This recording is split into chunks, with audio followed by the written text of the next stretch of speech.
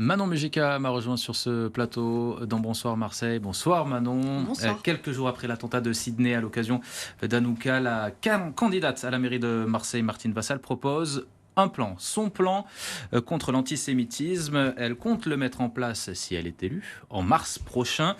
La candidate de droite l'a présenté d'ailleurs aujourd'hui, c'était ce matin. Que contient-il? Oui, c'est effectivement une série de propositions en 4 volets sur l'éducation, par exemple. Elle propose des visites historiques au camp d'Émile dès la primaire. Elle veut aussi un référent antisémitisme dans chaque établissement. Sur le plan administratif, elle propose une charte qui sera soumise à la signature à la fois des élus, mais aussi des agents municipaux. Et s'ils tiennent des propos haineux, eh bien, il y aura sanctions. Sur le volet sécuritaire, la chasse à ceux qui taguent les murs avec donc des messages haineux.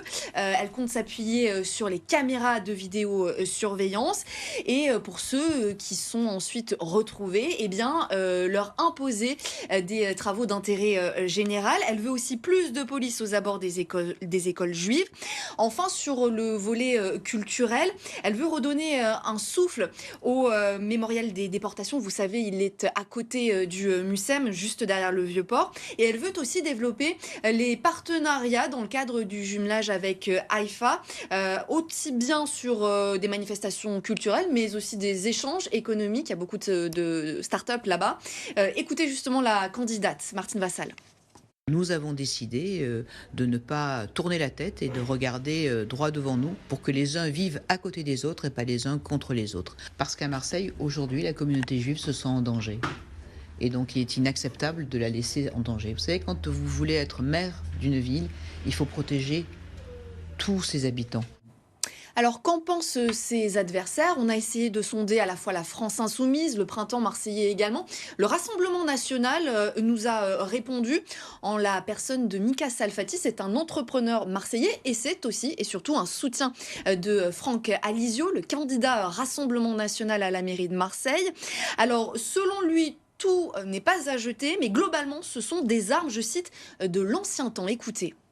Honnêtement, j'ai l'impression qu'on est en train de recycler une politique des années 80, faire participer les enfants dans un devoir de mémoire, ressasser la Shoah. Bien sûr que c'est important, sauf que la réalité, c'est qu'on parle d'un événement qui a 80 ou 90 ans. Les jeunes ne sont plus concernés parce que leur source d'information est totalement différente aujourd'hui. Je vous avoue qu'aujourd'hui, pour lutter réellement contre l'antisémitisme qui devient cet antisionisme permanent, il faut lutter sur les réseaux sociaux, il faut savoir parler aux jeunes.